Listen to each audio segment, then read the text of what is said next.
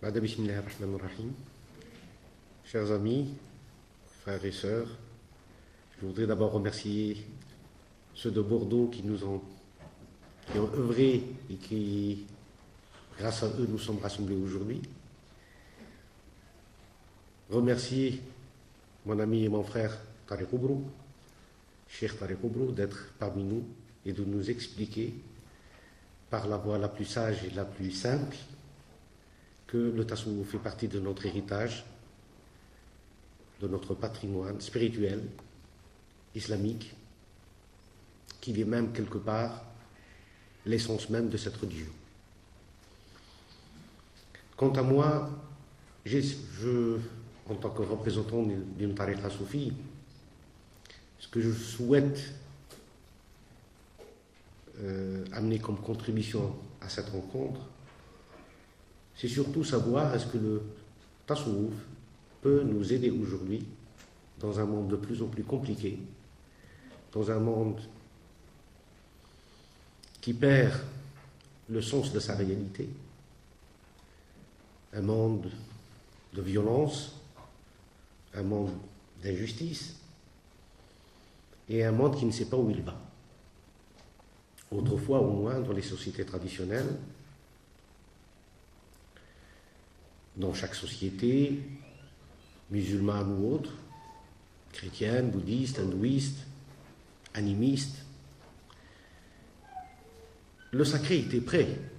C'est quelque chose qui était beaucoup plus proche.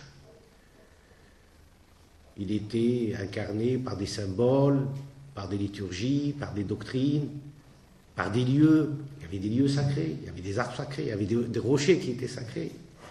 Donc le sacré était proche de l'homme, ou du moins la vision de l'homme et du sacré était très liée dans la vie et dans le quotidien. L'homme s'interrogeait sur la mort, sur l'après-mort, sur l'au-delà, et il essayait de se conformer à cette exigence dans la vie, dans le quotidien.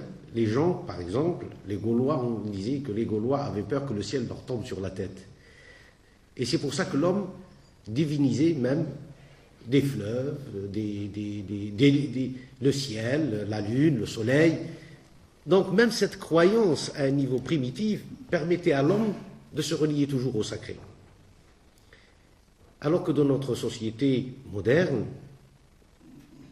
le sacré a été complètement exclu. Et quand on en parle, on a l'impression de parler un langage martien. Quand aujourd'hui on parle du tasawwuf en général dans le monde musulman, beaucoup de gens ne savent même pas ce que cela signifie. Ils ne se doutent pas que Risala al-Muhammadiyya, le message muhammadien,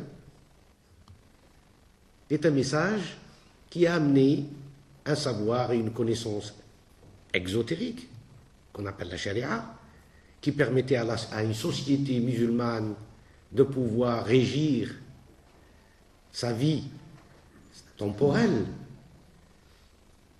et qui a aussi amené un savoir et une connaissance spirituelle qui permettait de relier cette même société ou ce même individu à la réalité divine. Et c'était même là le but essentiel. Souvent, on fait la confusion qu'on est musulman pour l'islam, mais qu'on n'est pas musulman pour aller à Dieu.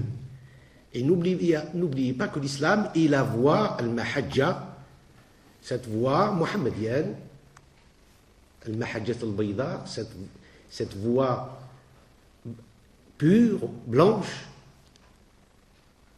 qui, dans son essentiel, amène l'homme à cette prise de conscience du divin, à se rapprocher, comme a dit Tariq tout à l'heure, à se rapprocher de ce divin, et même à emprunter les attributs divins pour les réaliser en soi. Ar-Rahma, par exemple, Ar-Rahman, qui est un des noms divins, Ar-Rahman, Ar-Rahim, qui sont des attributs divins,